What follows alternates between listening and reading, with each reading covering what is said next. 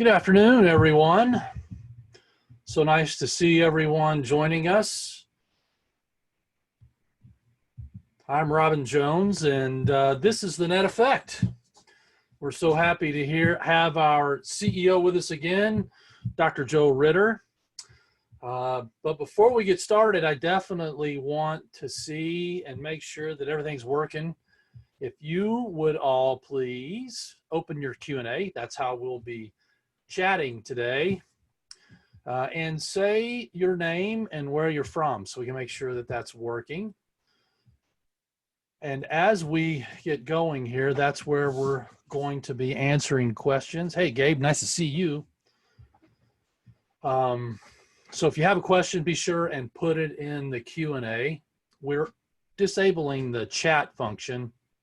So if you're communicating in chat, I won't be checking that, so I won't hear you. So be sure, again, to use the Q&A.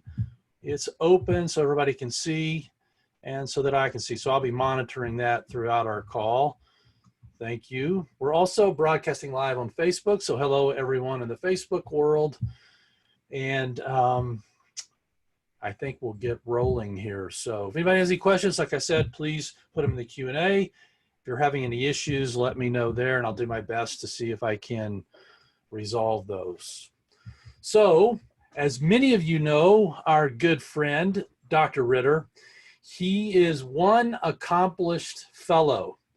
He's been in the education world for a good number of years and is well known in the Christian Science community because of his devotion and service to Principia College. He's held a variety of positions, from professor of chemistry to provost, dean of academics, and most famously, the solar car. So without much further ado, I think we should get rolling and move into our discussion today. So we wanted to give you a little background and update, and I thought it would be really fun for Joe. This is kind of number two. We had him on as a guest right in his first week as he was getting all the things flying at him. So he's had a chance to kind of settle in a little, but with all the things happening in our world and working from home, it has been an interesting journey for Dr. Ritter. So welcome, sir. Thank you, Robin. As you all know, our mission is serving the cause of Christian Science and humanity by providing resources for the education and development of Christian scientists. Joe, you might talk a little bit about kind of how we started and kind of the background of the Albert Baker Fund, if you would, sir. Sure, happy to. So what I did not know is about Joseph Hurd, and he was the manager of the college organizations for the Mother Church for about 16 years, and later became a Christian Science teacher. And he worked with fellow Christian scientists, and one real need that he observed, of course, which is what the Albert Baker Fund is all about, is finding out what the needs are and making sure that we can help Divine Love meet those needs. And well, as if Divine Love needs our help, but we certainly could be the conduit or the channel for that. And so what he worked with fellow Christian scientists to create the Albert Baker Fund, which is a fund which was to provide low interest loans for students, undergraduates attending colleges in the United States. And so that program, the programs that Joseph Hurd put together with his fellow Christian scientists, expanded and became the Albert Baker Fund. And of course, now the Albert Baker Fund has expanded into doing much more. I love this story, and certainly my family has been blessed by it. If you want to know more information about the Albert Baker Fund, go to the albertbakerfund.org. That's our website, and you can see all the different programs that we offer and the ways in which we support our community. Real simple. But as of today, Joe, talk a little bit about some of the things that we do here at the Albert Baker Fund. So yeah, what's really neat to see, Robin, is in addition to low interest loans, the Albert Baker Fund provides grants, scholarships to students pursuing both undergraduate and now graduate programs, and not just in North America and the United States as we had in the past, We'll be expanding into 13 countries in Africa, a number of countries in Europe, as well as in the Philippines. Another focus has been supporting Christian Science nurses training worldwide. So that sometimes these are done on location, or Le Verger is a facility or service that will actually come to the individual and work with them where they are. And one of the programs I'm most excited about, of course, is our Christian Science Chaplains program, where we support the young people who, or any people who are interested in becoming a military chaplain and getting their seminary training. And we have a number of internship awards also that will help our students be prepared as they move into, through, and beyond their education and development. And so we'd love to see how we can help our students have these internships where they gain valuable experience that help them as they go into their career. Yeah, we featured one of our interns last week, Emma, just a wonderful young woman and doing incredible things. And there was every year there's a whole group of them that go and support the Mother Church. So let's kind of talk about today and what's happening, as kind of an update with all the different things happening as a result of COVID and the current climate. So maybe, Joe, if you could just talk a little bit about some of the impact it's having on our students and graduates. Yeah. So what we're seeing for impact is that our students, it's just been a massive change for everyone. And there really is no normal. I mean, people talk about a new normal, and I think that in some ways is very misleading. There is no new normal. There is just what we have. And so this change has an impact from on many of our students. And so one of the things we've looked at is our former students, the ones who have graduated and are making loan payments. And so we're offering a loan payment deferment program. We offered it back in March, and we just are in the process of sending out notifications again, so that if you know of anyone who is paying back their loan, to paying it forward, paying the loans for the future students. But if they need a deferment, if they needed to take a break, if something's happened to them or their family or situation, let us know. And so the email's going out about that. It's very simple. You also can go to the website, but loans@albertbakerfund.org, and just reach out to us. And Robin Nike is outstanding. She helps us coordinate that, but we certainly want to help and do what we can for those who are in their loan payment if they need a deferment. And then our Brotherly Love campaign has been hugely successful.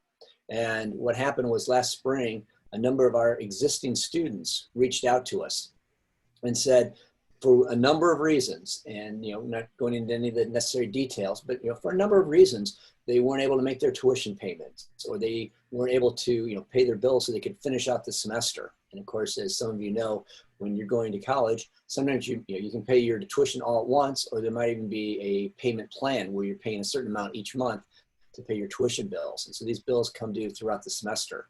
And we had students who were supported by the Albert Baker Fund needing that little extra support.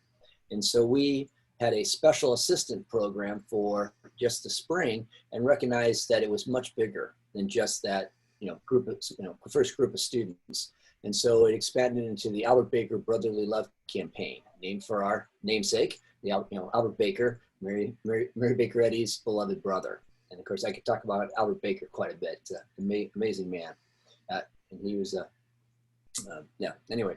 So with the Brotherly Love campaign, we have found our students who need a little extra assistance. We're also seeing students who we've never heard from before, who've never needed support from the Albert Baker Fund. And the Albert Baker Fund is considered a gap funder. So we don't fund someone's entire education, but as Joseph Hurd wanted to, it's that gap, it's that need that it's a low interest loan to undergraduates to be able to get to college, that last bit that you needed.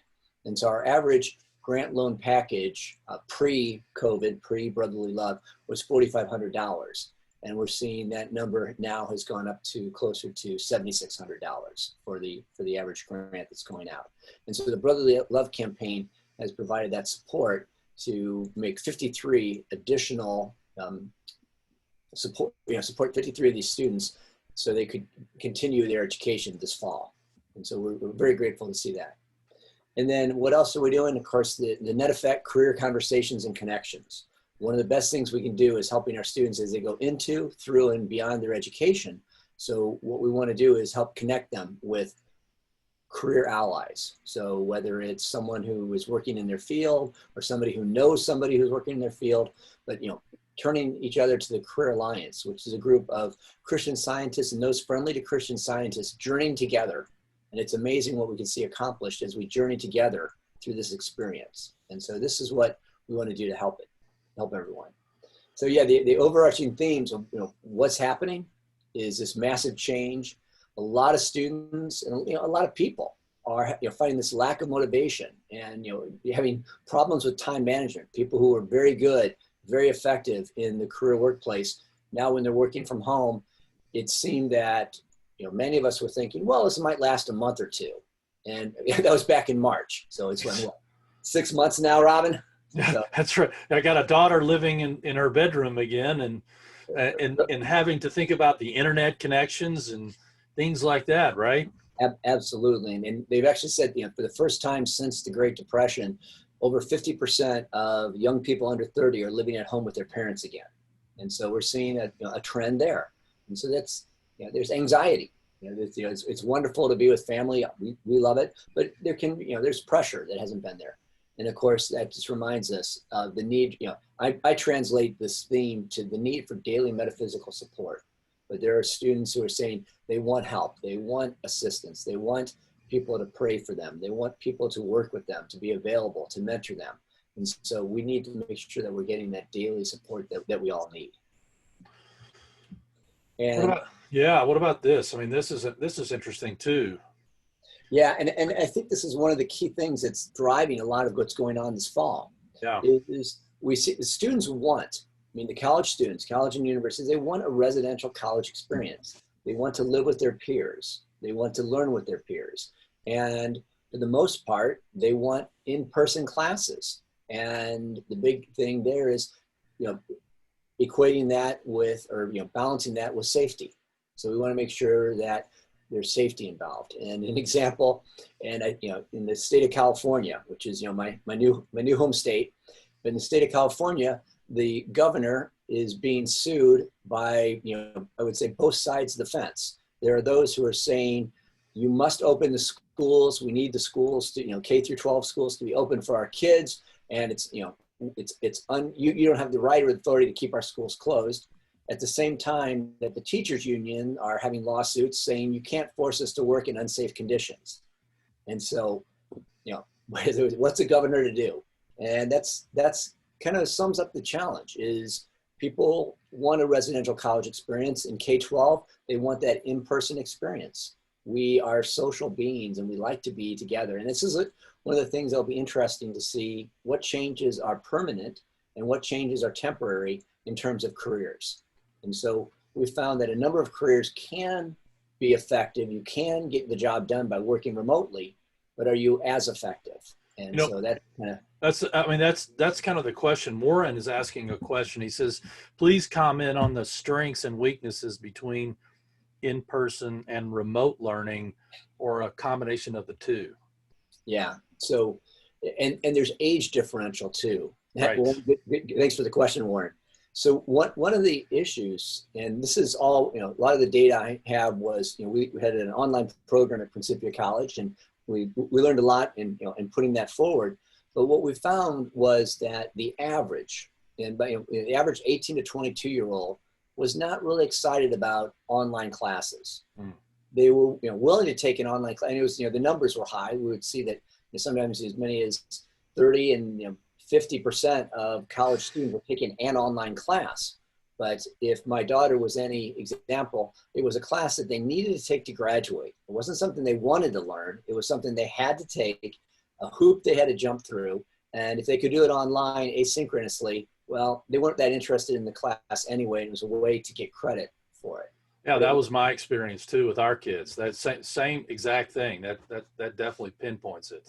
Now, that said, there are students, and the number is, it's somewhere, and it's a wide range, somewhere between 5 and 20% of students who actually prefer online asynchronous learning. But a number of them may already have jobs, may already have a family, may already have other commitments, and they want the flexibility that especially asynchronous online learning gives. And as dean at Bemidji State University, we had 3 programs there where you could get a degree taking exclusively online courses. And they were extremely popular with the students who wanted to get an online degree. And this is one of the questions about online, we limited the class size to no more than 25, and in a rare case, up to 30 in those online classes. And there was a premium. So tuition was higher for the online classes than the in-person because of limiting the class size. And so the economics there was a premium for online. Well, that's interesting. It's kind of an interesting thing now. Yeah, I had no idea. But when you look at different schools, there are schools that aren't following that. They're teaching an online class to 500 students. Well, all of a sudden you can make a lot of money if that's the right way to look at it. But you can certainly, it doesn't cost nearly as much if you're going to allow 500 students into an online course. But that's not going to be the same course that you could provide with 25 to 30. And so there's a wide range of what online courses look like. And that's where students are questioning, the value proposition of the online educational model. If all the programs that were being offered were 25 to 30 students with highly trained, effective faculty, I think we'd be given a lot different view of these online courses. But what we saw was, what happened is those weren't online courses. Those were essentially emergency remote online learning that happened in the school. Right. And so when you look at emergency remote online learning, that's not a strength. That's just try to get to the end of the semester. Right. And again, as dean advising faculty, one of the questions we had was, we don't know how long we're going to be allowed to teach. So you're online now. Imagine we had 6 weeks left. Imagine you have what if the plug gets pulled next week? Teach as if you have 1 week left. If you make it through that week, now teach as if you have 2 weeks left. But put your most important material first. And that's pedagogically not a sound way to do it. But Right. that's what people were doing. They were doing this emergency online learning. And so the strengths, weaknesses, the strengths of online learning is, especially asynchronous, is you can do it on your own time. And much like this video, if somebody wanted to go back and watch it again, it's recorded. So you can rewatch the video again for people who want to see it a second time. So there's some real value in having online recorded learning that you can go back and look at. Weakness is it's not often very interactive. And so unless you do it as a synchronous class where somebody can ask questions, and part of it is the social norms. How do you raise your hand to ask a question? You don't really do that in a Zoom room. And again, as Zoom, if you have 25 people, that's harder to manage in Zoom. Now, again, if you have training, you can. And that's what, again, some of the Bemidji State faculty were doing, is they were highly adept at managing a class online at 25. And they would often make the case, and I would accept it, that they didn't want to go from 25 to 30 because those next 5 students actually made a difference. And if you're, based on the size of your screen, how many people can you watch? And so there is that issue. So Well, it's interesting watching my daughter, because she's in all online classes now, interact and, go through her day taking those classes. And, I've heard her say that, half the kids you can see them and half you can't. So, and every teacher seems to be doing it a little bit differently. So there's no real uniformity as to what the requirements are. It's just kind of like, here's the time slot. And some say, I got to see you. And some say, I don't really care. right. So and that's a challenge. And so for the people who can thrive in online learning, it's great. Some of the advising that I did before leaving Bemidji State with students was, if it's all online in the fall, take the courses that you have to take, and not the foundational courses that you may need. And there's a student who was involved in design courses, and the 2 foundational courses for design were going to be taught the next fall. And the advice was, don't take them in the fall. Well, it turned out the department ended up canceling them because they realized they couldn't teach hands-on design using remote technology. And so they thought they would give it a try, and they realized the students wouldn't be able to achieve the outcomes that they were expecting them to achieve. And so there are limitations on what you can do with online. And an example would be in biology labs or in chemistry. And you can teach an online chemistry class. And what you do then is you watch the demonstrations and you ask the students to press a button and then the beaker pours the chemical. Well, you can learn from that, but it's not quite the same as, mixing things and, having the baking powder and Right. go, Right. So, And the smells and the exactly. things pouring out of the top of the, Right. And yes. one of the things, again, back at Principia, we had a faculty member who was ahead of his time, Clint Staley. And Clint taught online, but what he would do is he would come to campus at the beginning and sometimes in the middle of the semester to build community.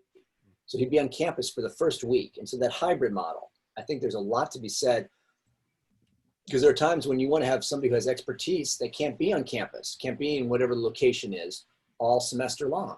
So if they come for the first week, maybe a week in the middle of the semester and the week at the end. Now with COVID and everything right now, that's a whole different issue.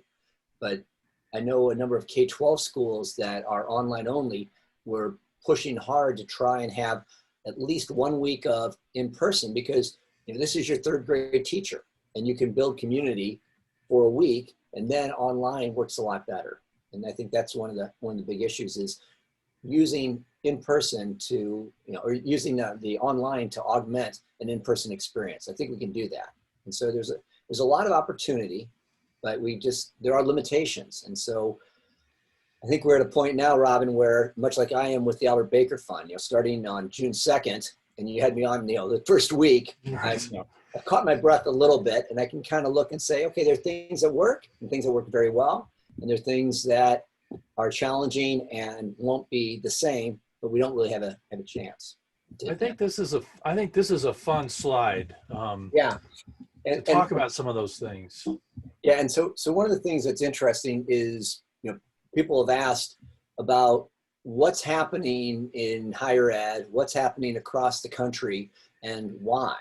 And I think the best thing to remember is that the response is going to vary a lot across the country, by region, by states. And this is a map that was created by the National Federation of State High School Associations, talking about fall football, essentially. And it illustrates the point pretty well. And you could have, I haven't seen one for higher ed, but I think it's a lot more complicated. But if you take something as simple, if you will, and of course we know Robin Jones loves his football. So this you is betcha. a good example.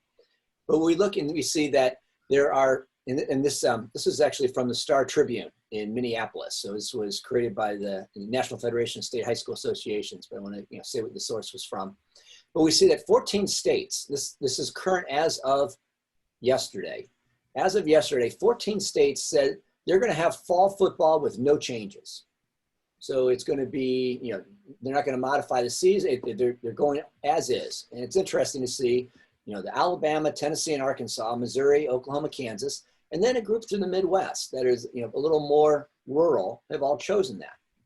Then you've got the blue states, not blue by color, not by anything political there, but the blue states there where they've modified the season.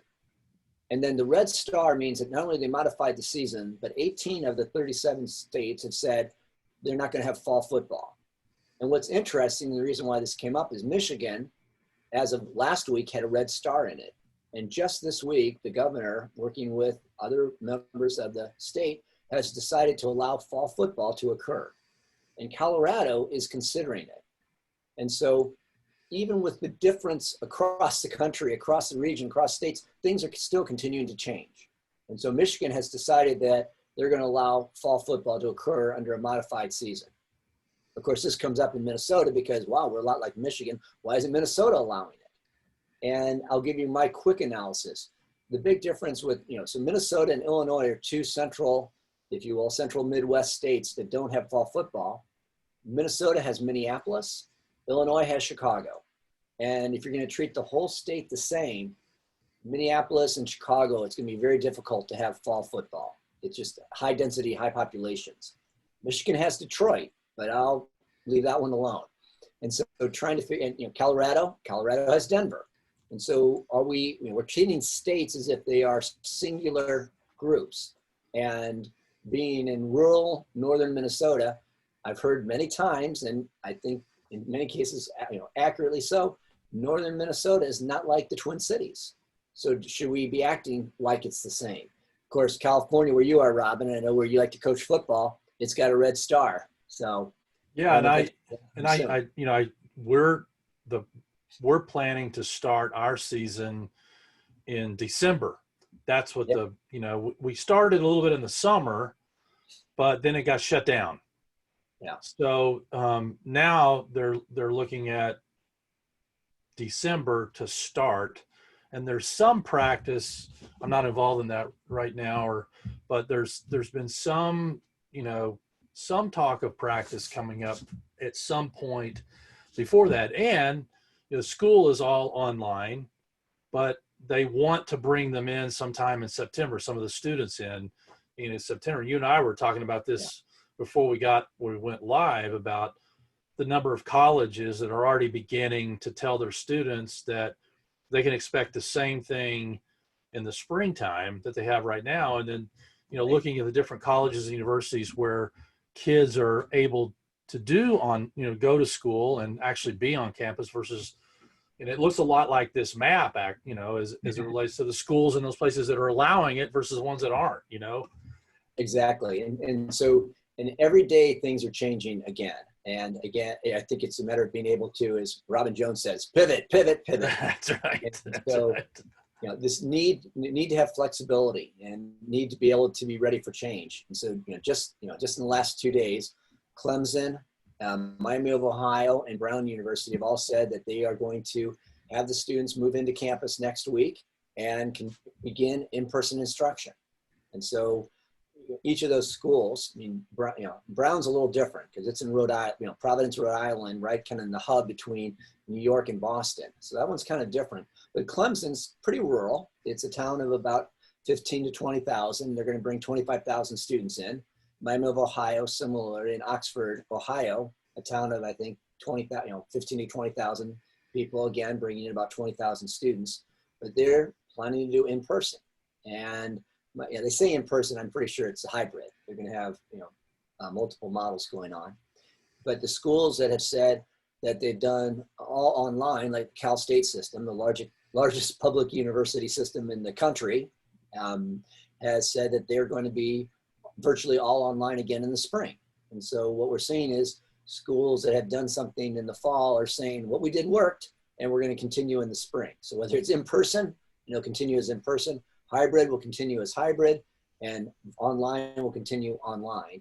And we're looking for that game changer, something that will make things different or better. And I think we're all ready for that to happen. Right. Well, what are we going to do to help our students? Yeah, and so this is where one of the questions is what do the students need? Are there special needs that are going on? And the number one thing is support. And they need support for, whether it's a mentor or a family or people just letting them know they care, but, having a support system. So reaching out, and this is one of the things that is amazing. Robin and I were talking about this, when we were getting ready. We now live, for those of you who are, my age or so, when the Jetsons. So if you remember when George Jetson would, call his family on the video phone, and I thought that was so cool. Well, we have that now, and whether it's FaceTime or Zoom or any of the other different products that are out there and applications, we can talk to each other. And so we're seeing people be more connected than ever before, and I think that's really neat. And so that's one thing the students need is that support. And so whether that support is through family or through a Christian Science organization or a local church or extended family, we want to make sure that we help with that. And so one of the things we're looking at is how can we provide a stronger mentoring program for our students as they go into, through, and beyond their education and their development. Other things that students need are technology.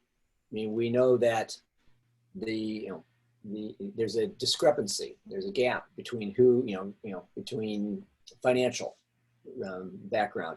So having that technology, having the access to high-speed internet, having access to other sources. And so that's one thing that we want to make sure that, if somebody needs that little bit, a little extra, that they aren't able to get this year. And so you probably always needed a computer to be successful in college. It's not, it's critical now. And it's critical that you have the connection if you're doing any courses online. And it'd be interesting to see how many students, if any, have all in-person courses this year, because there's so few that are in person, and the ones that are, I'm guessing, are augmenting it because there are, in many cases, faculty who are choosing, and what we're seeing in higher ed is most colleges and universities are giving their faculty the choice of teaching in person or online. And if you're giving that choice, odds are good that at least a few faculty will choose to be teaching online only. And so that's another area. So there are special needs that our students have. And then are they technologically adept? Are they good at it? Well, I think most of our younger students at least are, because they're the digital natives that we hear about. And I've seen that, I've seen evidence of that in my family. And Robin, you've probably seen it in yours. Yep. Yeah.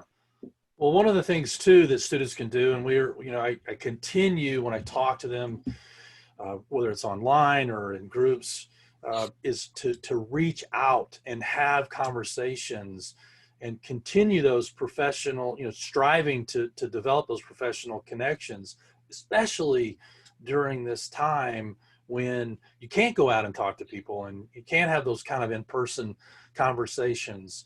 So I thought maybe it'd be fun to have Joe share an experience when he was a student at making one of those kinds of connections that you can make through the Career Alliance. Absolutely. And so I'm tempted to tell the story in a modern version because right. What I did was it was in my sophomore year, and I just learned about supercritical fluids. And I won't go into that. I ended up getting my doctorate in the area. So it turned out I had a bit of proclivity and proficiency in the area. But I thought they were really neat, and I wanted to have a summer internship. I wanted to get a job working with supercritical fluids because I thought that would be a great opportunity, but I didn't know where to turn. And the thought came to go to the department chair of the chemical engineering department at the University of Illinois. And I should have thought, who am I to go talk to the chair of the chemical engineering department? I didn't know better, and that thought was very clear to go talk to him. And so I went and talked to Dr. Chuck Eckert, and Dr. Eckert said that he knew of a summer internship in Peoria, Illinois, if I was willing to consider going to Peoria, Illinois. But there was one of the world-class researchers who happened to be there, and he thought he might have a summer internship. Well, turned out I was from Peoria, Illinois. So it's kind of like would be throwing me in the briar patch. I mean, that would be great. I'm happy to go to Peoria. And I found, got in contact with Dr. John Frederick, and he asked him if he had an internship. He said he did, but he'd already selected someone. And I said, can you wait 24 hours before you make your final decision? I will come to Peoria and interview with you. And so I didn't have a car, so I don't know how I got there because it was 90 miles away. I remember being there, but I couldn't tell you today how I got there. But again, you have to just listen, and divine love will provide. And so I was in Dr. Frederick's office and interviewed for the internship. And I think the fact that I was willing, I found him, first of all, was interested in the area because I really wanted to work with him, and found a way to get to Peoria, overnight so I could meet with him. Impressed him enough that he hired me for the summer, and I ended up working with him the next year as well. We got a publication out of it, and that rest, as they say, is history. But the key was, listening to that angel message that said, go to the department chair, and that wasn't the answer. The answer was go to the department chair to get the next answer, and making sure you follow through.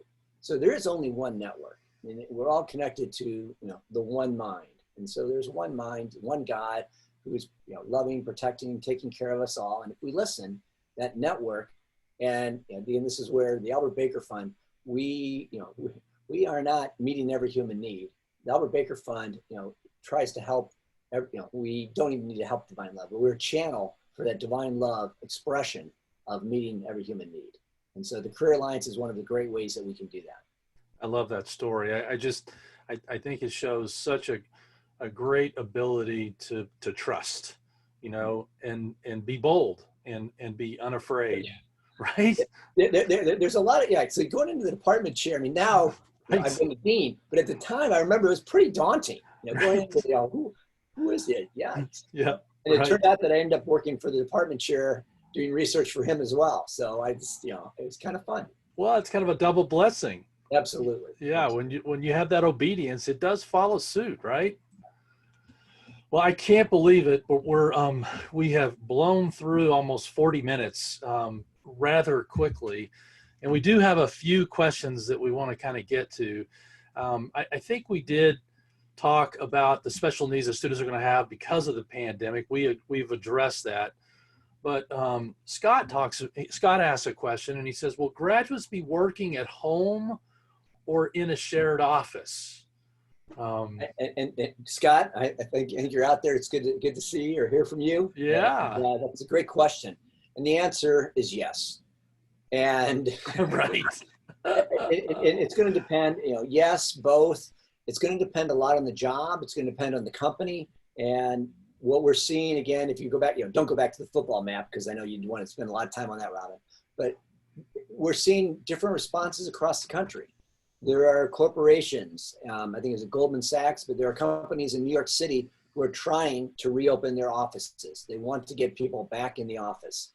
On the other side, perhaps literally on the other coast, Google, Facebook, a number of those companies have announced that their employees won't be coming back, not in 2020, and in one case, not even until, not in 2021. They're bringing employees back in 2022, a year and a half from now. They've already made that decision that the employees will continue to work from home. And I mean, I'm literally been living this with the Albert Baker Fund. So working remotely from Bemidji, working remotely in Sacramento, going into the office in Sacramento at times when you need, checks have to be signed. There's some things that you need to do in person, and you can set things up eventually, but a lot of places had not prepared to have everyone work remotely. And so there's some workarounds, there's things that we have to do and figure out how to work these.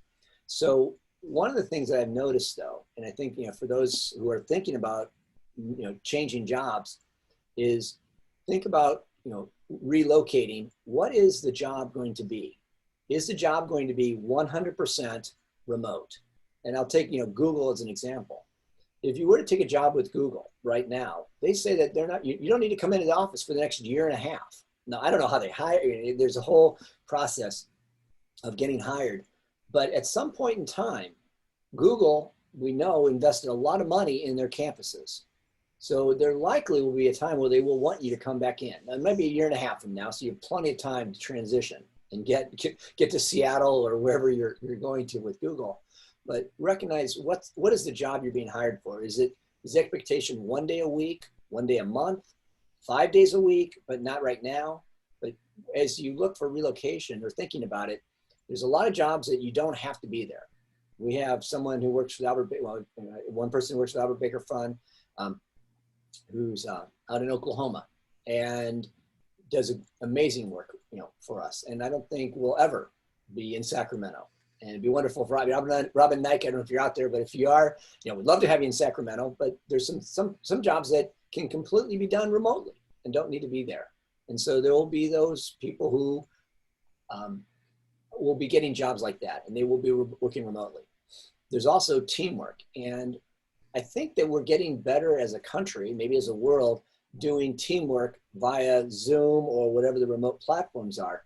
But it's hard to replace the in-person teamwork that's built, that the community. Well, you miss the camaraderie, you miss Right. some of that fellowship that comes with that. And it goes back to the point I made that the students, they want the residential experience. Mm-hmm. They don't want to be all in their own dorm rooms. I mean, we joke, there's a lot, kids just want to be in their dorm rooms, play video games. That's all they want to do. Turns out, even the ones who say they want to do that, they don't. Right. And we are a social being. We want to be with our brothers and our sisters. We want to be together. And so I think that's what we're going to be seeing. So there will be, graduates, some will be working at home if they choose to do so. I think many of us who think, I remember before the whole pandemic came out, I was like, wow, if this actually happens here in the United States, this could be amazing. And I remember, thinking as a dean at Bemidji State, I'd be sitting in my lounge chair reading a book, casually, because there's not much going on because I'm working from home. Nothing could be farther from the truth. And so I think that it's the same thing where It was interesting. I have a dear colleague at Bemidji State who advocated that everyone needs to work from home. We all need to be safe. And then the few times I'd go into the office, he seemed to always be there because he was, I think, craving that human interaction, that human touch, just to bump into other people. And so and we can do that. I mean, if we look at the rules, if you will, that this pandemic has given us, if we wear a mask, if we socially distance, we can still be in 6 feet apart from each other outdoors and following the guidelines. So I think that we just need to make sure we know what we need to do. Of course, we know we need to do our metaphysical work and understand peripheral support, and take the human footsteps, and we'll get through this. And so I think that's one of the big things to look at. The question is about certificates. Right. Yeah, that's a nice, Steve, Scott's next question. Yeah. Are certificates more important than degrees? I don't know yet that they're more important, but they are more important. Certificates are more important than they've ever been. They have much more credibility than they ever have had. And more schools are promoting them, offering them. And I think that certificates at some point could be more important than degrees. I don't know that, I don't think the country is there yet, but we're heading there. And so I think that's a great question. And then I'd like are resumes still relevant? I think they are, but I think they're no different than they were in the past. They are a sorting tool. They are a way that a hiring manager deals with 200 applications. So how do you, when you write your resume, you have two things that you're thinking about. One is, how do I stick out in a positive way? How do I stick out in a positive way so I get selected? And second, how do I make sure I don't stick out in a negative way so I get excluded? And I think what's on the resume is going to look a lot different now. I mean, successfully supervised people in an online environment will look a lot, wow, that's going to probably go to the top of the stack now, versus I know C++ or some other language. So I think that's I think resumes are no more valuable or no less valuable than they've been in the past, because in the current economy, of course, this is one of the worst economic job markets that we've had in my lifetime. So doing something, having a resume that will pop to the top is still, I think, going to be important. Now, that said, I did tell you the story about the young sophomore who didn't worry about the resume, got in a car, or it must have been a car, but somehow got to Peoria, and that in-person networking is what got the job, not the resume. So if you can get the connection, if you can get the invitation, if you can get whatever that is, so you can have a personal touch, that will always be better than a resume. Without a shadow of a doubt, no question about that. And as we're getting kind of long here, the last questions were really related to, what the careers might look like in the coming decade, what's going to come back, what's going to be in front. And I did a little bit of research on that, and that's always in front of me. I'm always looking at those kinds of things, but I thought Axion had an interesting top 5. They said construction, virtual reality, food safety and innovation, drones, and then green companies. Because that's a big topic as it relates to climate change, and there's a whole new industry called social entrepreneurs that are, they're striving to change the social climate, the environmental climate, and humanitarian problems. So that was a kind of an interesting list. You may have some inside Joe and some difference, or you might want to throw one or two in there, but I thought those were pretty on track. In fact, this morning I was listening to NPR, and they were talking about the number of houses that are in the marketplace. So there's actually less than there were this time last year by about 29%. Yeah. And with cities like New York and San Francisco being the leading two of people moving out from those cities and trying to get into more rural climate, get more space and separation from people. It's going to be an interesting world as we move out of this thing, right? Yeah, and there's a number of things that are just hard to understand and explain. I mean, the stock market doing as well as it is, that's, sometimes mind-boggling to try and figure out, wow, with, some of the numbers where they are. But the jobs, I mean, so you go back to the, social entrepreneurship and the companies, Tom's is an example. They would get money from buy shoes from us, but we're going to help save the world. So I think we're going to see socially responsible companies as being a real trend moving forward. And if you are someone who has a good understanding of that, so you need the business sense, you need to have the environmental sense, and what makes a difference, I think is going to be important. That social empathy and social awareness is going to be hugely important moving forward. So having what some people, I don't like calling them soft skills, but that's what they're often called. But having those human skills, being able to work with others, being able to understand others, being able to help others, I think is going to be a key in whatever area. And yeah, and then having the online technology, and it's kind of fun, the drones. So we recently sold our house, and of course you have to have the drone videographer come over and video the house and put together a piece that people can see on the web, so they can can see your house. And we never thought drone pilot would be one of the top 5 growing fields, but Who knew? Yeah, I mean, I was talking to my son who works at the Albuquerque Zoo, and he's the manager of their farm. They have a working farm, that's a part of the zoo, and he's part of a consortium that works on how to convert agriculture into a more sustainable, environmentally friendly, all those particular things. And one of the things that they're going to be using are drones, in fact, to help grow and harvest crops, for heaven's sake. So it's a pretty, that's a pretty wide open field. It is. And so, having that, it's going to be, in some ways, all the things that a liberal education would give you. So you need to be able to think on your feet. You need to be able to understand data and analysis and points, and look, you're looking at patterns that in the crops that maybe nobody's looked at before. And we haven't had these views. And so it's literally looking at the world from a new vantage point. And so it's not just flying the drone is one thing, but we're getting data that we haven't really had before, or haven't been able to have a ready access to. And so I think that's going to be really, really neat. If I really knew what the growth industries were going to be, I'd probably retire, because that's right. So we've come to our end of our session, and I've launched our poll, and I appreciate those of you that have completed it. It's so important. We appreciate your feedback and your input for completing that poll. I'll leave it open until the end, but any of you that haven't completed, please do so. We appreciate hearing from you. Again, we can't stress enough, particularly at this time, how important it is to help our students and our recent graduates, help them connect with people into our community and the people that and the best place to do that for our Christian Science community is through the ABF Career Alliance.